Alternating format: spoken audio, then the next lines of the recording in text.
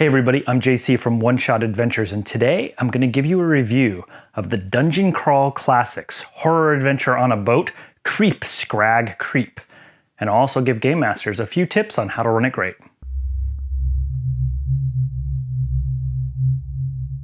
Dungeon Crawl Classics is one of my favorite Dungeons & Dragons-like RPG systems because it really keeps the game dangerous from the time you create your character all the way through the end of your campaign. Combat is deadly even as your characters level up, magic can twist and warp your wizards, and standard enemies like orcs and goblins are replaced by weird and strange creatures where your players never really know what to expect until they're up against them. Creep, Scrag Creep is what Dungeon Crawl Classics calls a funnel adventure.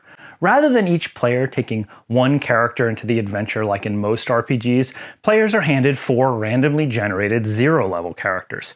Inevitably, most of these characters will get killed off during the course of the adventure, leaving behind only a few of the bravest and luckiest ones to survive and level up to level 1. Funnel adventures are always deadly, frantic, and a bit ridiculous, which is why I like running them. But before I dive into this adventure, warning, there are spoilers ahead, so if you're thinking about playing in this adventure, you better stop watching this video now and go roll up those zero-level doomed characters instead. Creep, Scrag Creep is a short, contained adventure that can easily be completed in one session. The entire adventure takes place inside a cursed ship that's filled with occult mysteries and a deadly creature that is hungry for your player character's livers. What I like about this adventure is that while it's built for Dungeon Crawl Classics, it's very easy to port to other systems where life is cheap. I've run this adventure twice, once with Dungeon Crawl Classics as a zero-level funnel like it was intended to be played, and another time I ran it as a Call of Cthulhu adventure where I just moved the time period into the late 1800s, and other than that made very little changes, and the entire adventure worked out great. Creep, Scrag Creep has a great starting hook to pull your players into this adventure. The PCs are all villagers who are leading a miserable life in a poor coastal town, but each year a glorious ship, the Star of Nostro, arrives into town to transport a few lucky villagers to a better life across the sea. The PCs are the lucky winners of the lottery this year, and they board the ship, they wave goodbye to their friends and family, and they set sail. Of course, the story is complete crap, and the Star of Nostro is actually bringing villagers to an evil warlock who needs regular batches of human sacrifices in order to summon some demons. So soon the PCs awaken on the ship from a drug-induced slumber, and they realize something's wrong and they're probably heading for certain doom. Now, if you're thinking, the Star of Nostro, that name sounds familiar. Well, you're right, it's an homage to Ripley's ship in Alien, the Nostromo. While this is a nice Easter egg, players will figure this out right away, at least most of mine all did. So game masters who want to keep the events of this adventure more of a surprise may want to rename the ship.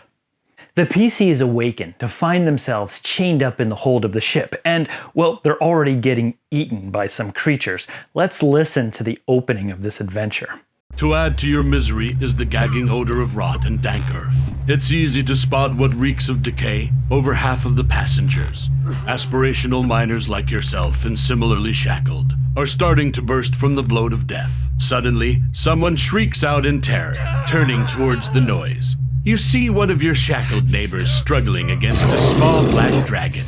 With a quick snap of its jaws, the dragon completely severs the man's hand. As you struggle against your chains, more of the vicious creatures approach. Yes, this adventure actually does kick off with the PCs getting devoured by man-eating lizards while they're chained up. When I ran this, I think about half of those zero-level characters died in this opening scene. Once the players escape the hold, they can freely explore the ship. They'll soon discover that the entire crew of the Star of Nostromo is dead.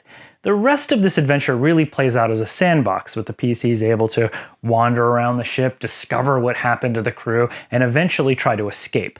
Now, one of the weaknesses of this adventure is that the map, while isometric and beautifully illustrated, is really hard for game masters to visually navigate. The Star of Nostro is a big ship. There's 5 decks, with some of those levels not directly connected. If the PCs stick together, this isn't too bad, but if they split up, which is likely in a sandbox funnel adventure where everybody has 4 characters, it's really hard to lose track of where people are and what's in each area of the ship. The map's also not great for virtual tabletop, so game masters either have to figure out how to prepare their own maps or use the existing one but block out the information that they don't want players to see. I really don't have a great solution for this problem, unfortunately. Let's go back to that alien reference. You see, as the PCs are exploring the Star of Nostro, they're being stalked by this mutant abomination that spawned on this ship as a result of the crew's demon-worshipping ways. This is the creature that killed off all the crew on the ship.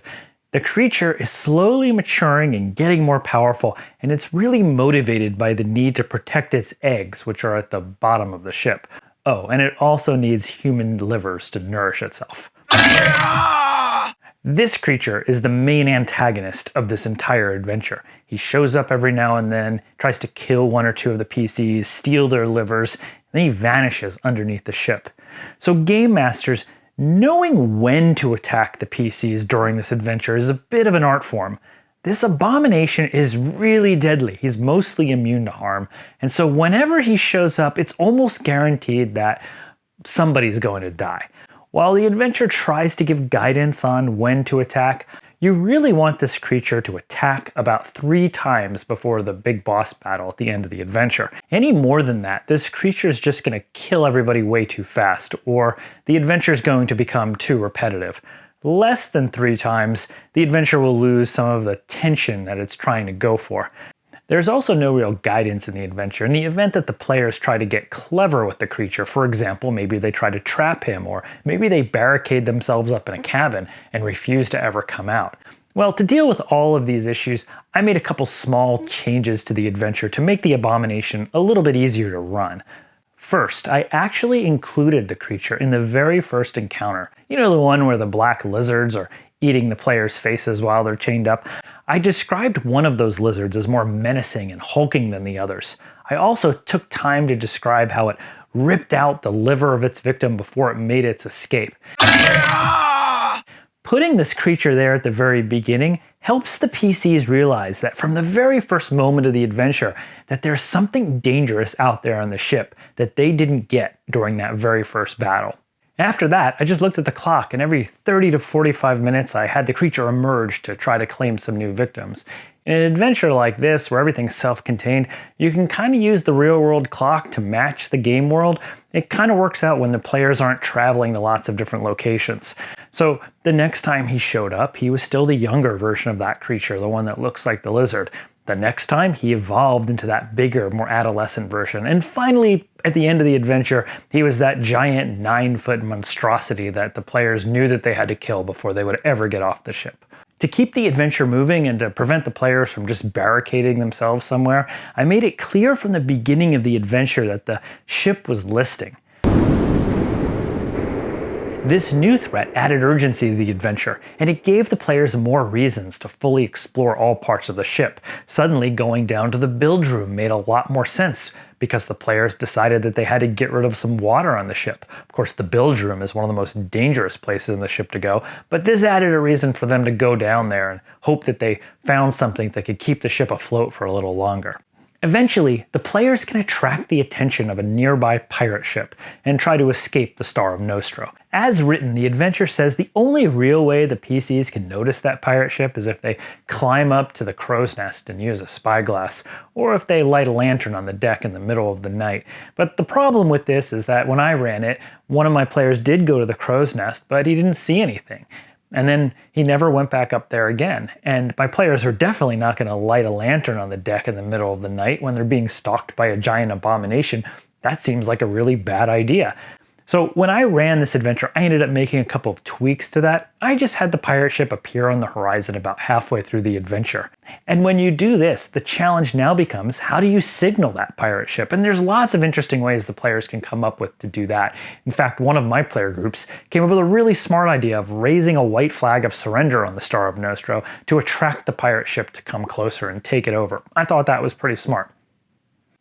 Now, one thing Game Master should keep in mind with this adventure is that there aren't a lot of NPCs in it. In fact, there's really only one NPC, this sorceress who intentionally turned herself to stone when she realized that that mutant abomination was on board and was going to otherwise kill her. The players can figure out how to reverse the spell and gain her assistance, but when I ran this, my players were very hesitant to do that, knowing that she was probably one of the evil cultists that captured them in the first place. So he wants us to turn this evil stone lady back into flesh? Well, that seems daft.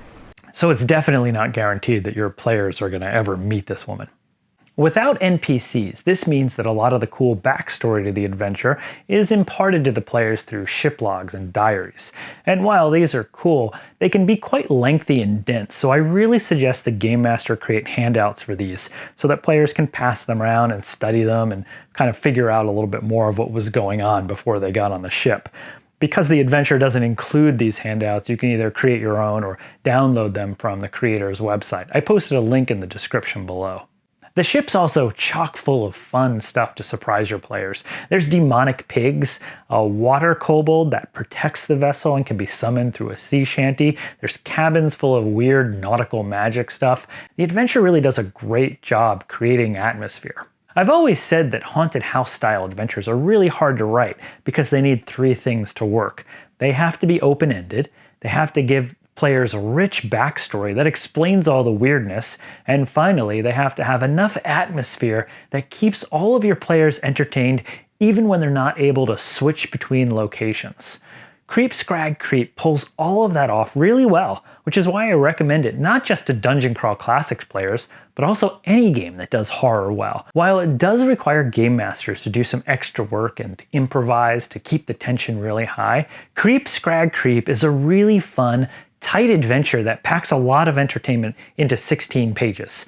So overall, I really like this adventure, and if you get a chance to run it or play it, let me know how it went. Well, I hope this video was useful to anybody looking to run Scrag Creep.